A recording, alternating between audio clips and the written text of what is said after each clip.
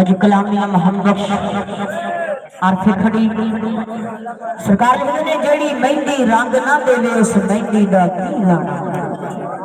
जेड़ी मेहंदी रंग ना देवे उस मेहंदी दा की लाना।